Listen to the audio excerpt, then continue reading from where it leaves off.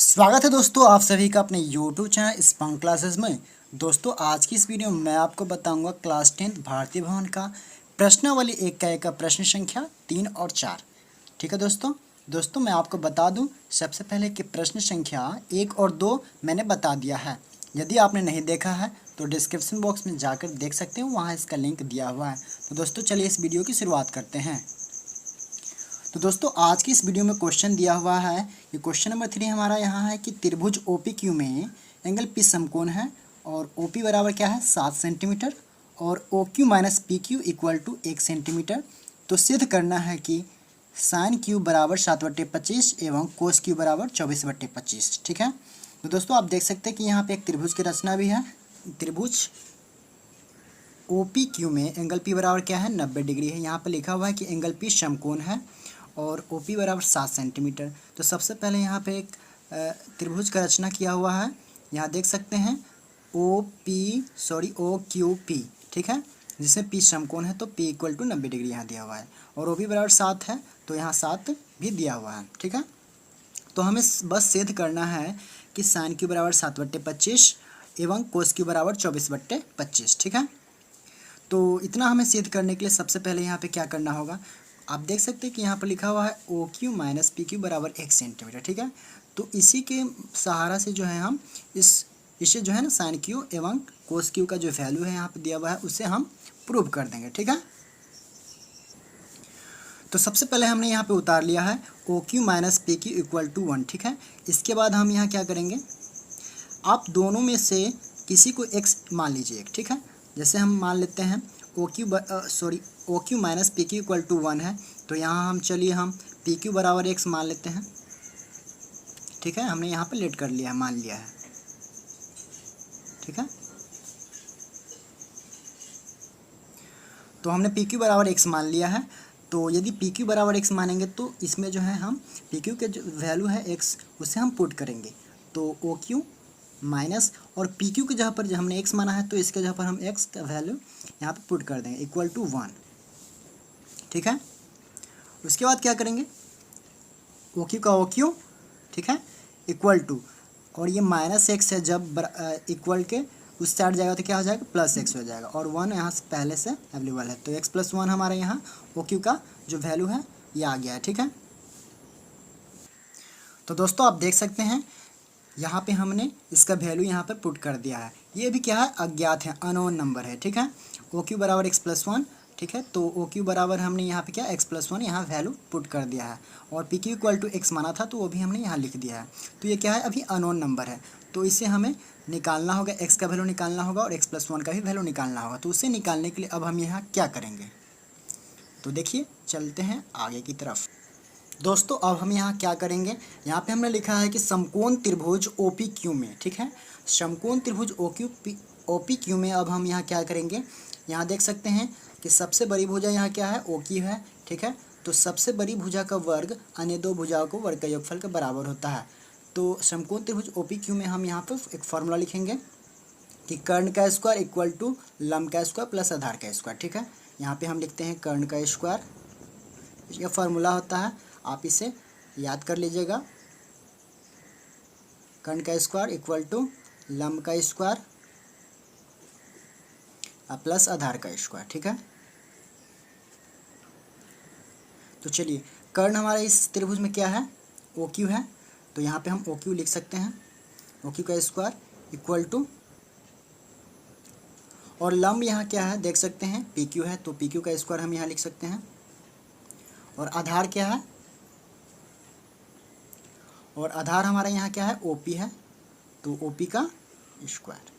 ठीक है, तो दोस्तों हम यहाँ OQ की जगह पर जो माने थे वो हम इसको लिख लेते हैं। ठीक है, OQ बराबर क्या है यहाँ देख सकते हैं, OQ बराबर x + 1 है तो OQ की जगह पे हम x + 1 वैल्यू पुट करेंगे। ठीक है, और स्क्वायर है तो स्क्वायर। ठीक है, उसके बाद क्या है PQ है तो PQ क्या देख सकते हैं PQ x हमने लेट किया था माना था तो x का स्क्वायर। उसके बाद आप देख सकते हैं यहाँ OP बराबर यहाँ इस त्रिभुज में दिया हुआ है OP बराबर 7 तो 7 हम यहाँ पे रख देंगे। ठीक है, चलिए इसके बाद अब आप क्या करेंगे, इसके बाद हम यहाँ करेंगे, यहाँ देख सकते हैं कि लिखा हुआ है x + 1 का whole square equal to x² + 7 का स्क्वायर। ठीक है, तो इसे हम एक फार्मूला पे तोड़ेंगे ए प्लस बी का होल स्क्वायर। तो आप जानते होंगे शायद ए प्लस बी का होल स्क्वायर, या नहीं जानते हैं तो मैं आपको बता देता हूँ कि एक्स प्लस वन का होल स्क्वायर हो जाएगा यहाँ पे ए प्लस बी के होल स्क्वायर के आधार पे। ठीक है, तो ए प्लस बी का होल स्क्वायर जो होता है, तो दोस्तों ए प्लस बी का होल स्क्वायर होता है A square plus B square और प्लस 2ab। ठीक है, ए प्लस बी का whole square A square plus B square plus 2ab। ठीक है, तो इसी के आधार पे जो है हम यहाँ पे जो लिखा हुआ है एक्स प्लस वन का होल स्क्वायर, इसी के आधार पे हम इसको तोड़ेंगे।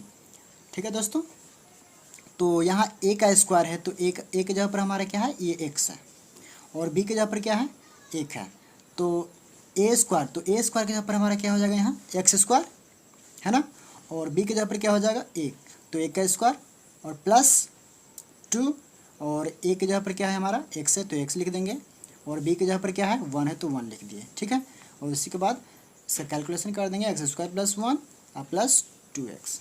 ओके दोस्तों, मैं आशा करता हूँ कि आप समझ गए होंगे। तो चलिए इसे ए प्लस बी के होल स्क्वायर पर तोड़ लेते हैं। तो क्या हो जाएगा यहाँ हमारा एक्स स्क्वायर प्लस 1 का स्क्वायर प्लस 2, और ए के जगह पर हमारे यहाँ क्या है एक्स है तो एक्स लिख देते हैं, गुने बी के जगह पर एक है तो एक लिख दिए। ठीक है, और एक्स का जब स्क्वायर होल स्क्वायर करेंगे तो क्या हो जाएगा इसका एक्स स्क्वायर, और 7 का स्क्वायर कितना होता है 49। ओके, तो अब क्या होगा, ये एक्स स्क्वायर का एक्स स्क्वायर और 1 का 1 plus 2x equal to X square plus 49। यहाँ आप देख सकते हैं यहाँ एक्स स्क्वायर प्लस में है और इक्वल टू के उधर में भी प्लस में है, तो ये क्या दोनों कैंसिल हो सकता है। ठीक है, अब क्या बचा 1 प्लस 2x इक्वल टू 49 है ना। उसके बाद क्या हो जाएगा 2x का 2x इक्वल टू 49 और ये प्लस 1 है तो बराबर के उधर जाएगा तो क्या हो जाएगा -1, तो 2x बराबर 49 में से गया तो कितना हो जाएगा 48। ठीक है, और सॉरी चूँकि x इक्वल टू कितना हो जाएगा 48/2, और इसको हम काट देंगे कितना से 24 से, तो इसीलिए x बराबर कितना हो गया 24। ठीक है, तो आप देख सकते हैं कि जो हमने लेट किया था P Q equal to X माना था उसका वैल्यू जो है 24 आ चुका है। ठीक है, तो अब क्या करेंगे, तो हमने वहाँ जो पी क्यू इक्वल टू जो माना था एक्स, तो एक्स का वैल्यू तो हमारे यहाँ क्या आ गया 24, तो यहाँ हम लिख सकते हैं 24। ठीक है, उसके बाद ओ क्यू का जो वैल्यू हमने एक्स प्लस 1 माना था, तो वो क्या आप कर सकते हैं यहाँ पे x का इक्वल टू में हमारा 24 आया है तो x की जगह पे हम 24 लिखेंगे, प्लस 1 का 1 इक्वल टू कितना हो गया 25 है ना। ठीक है, तो चलिए आगे की तरफ फिर से बढ़ते हैं हम। तो जो भुजा हमारा अज्ञात था उसका वैल्यू आ चुका है, पी क्यू बराबर कितना 24 और ओ क्यू बराबर 25। ठीक है, तो दोस्तों हमें क्या सिद्ध करना था, साइन क्यू इक्वल टू 7/25 एवं कोस क्यू बराबर 24/25, इतना हमें सिद्ध करना था। तो आप देख सकते हैं यहाँ पे पी क्यू बराबर x और x का वैल्यू क्या है 24, तो यहाँ पर हम 24 लिख सकते हैं। ठीक है, लिख सकते हैं यहाँ पे 24, और उसके बाद क्या है ओ क्यू बराबर 25, तो ओ क्यू की जगह पर हम यहाँ पे 25 लिख सकते हैं। ठीक है, इतना हम लिख सकते हैं। तो हमें साइन क्यू बराबर सिद्ध करना था, तो साइन क्यू का मान क्या होगा, तो आप सबसे पहले इसका फार्मूला आपको याद रखना होगा कि साइन क्यू का फार्मूला क्या होता है, साइन थीटा का फार्मूला होता है लंब बट्टे कर्ण। आप सबसे पहले फार्मूला को अच्छी तरह से याद कर लीजिए, उसके बाद ही आपको क्वेश्चन अच्छी तरह से समझ में आएगा और आपसे बनेगा। यदि आप फार्मूला याद नहीं करते हैं तो आपसे नहीं बनने वाला है। ठीक है, तो साइन क्यू, तो साइन क्यू का वैल्यू क्या हो जाएगा, यहाँ पे साइन क्यू का मान यहाँ पे हमें कितना पुट करना होगा। तो सबसे पहले साइन थीटा का जो फार्मूला होता है वो होता है लंब बट्टे कर्ण। ठीक है, तो आप यहाँ देख सकते हैं इस त्रिभुज में क्यू है, तो यहाँ पे हमें क्यू का मान निकालना है। तो क्यू के सामने वाला क्या हो जाएगा ये लंब हो जाएगा।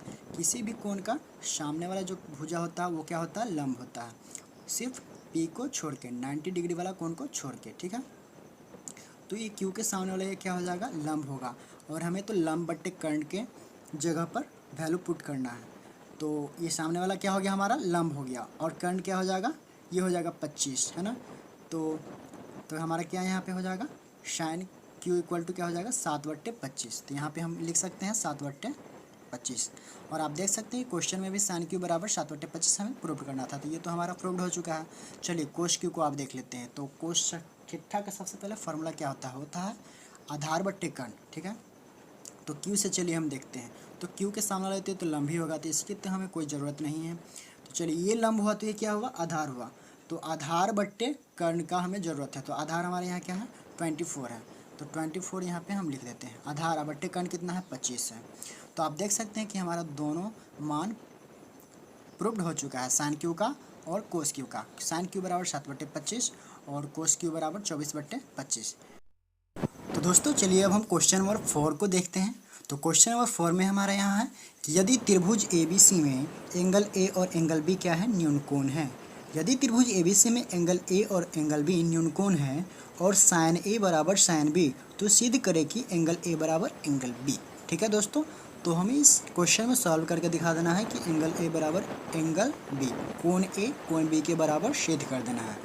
ठीक है, तो उसके लिए हमें एक त्रिभुज की रचना करनी होगी, त्रिभुज ABC। ठीक है, तो चलिए एक त्रिभुज की रचना करते हैं। तो दोस्तों देख सकते हैं हमने यहाँ पे एक त्रिभुज ABC की रचना कर दिया है।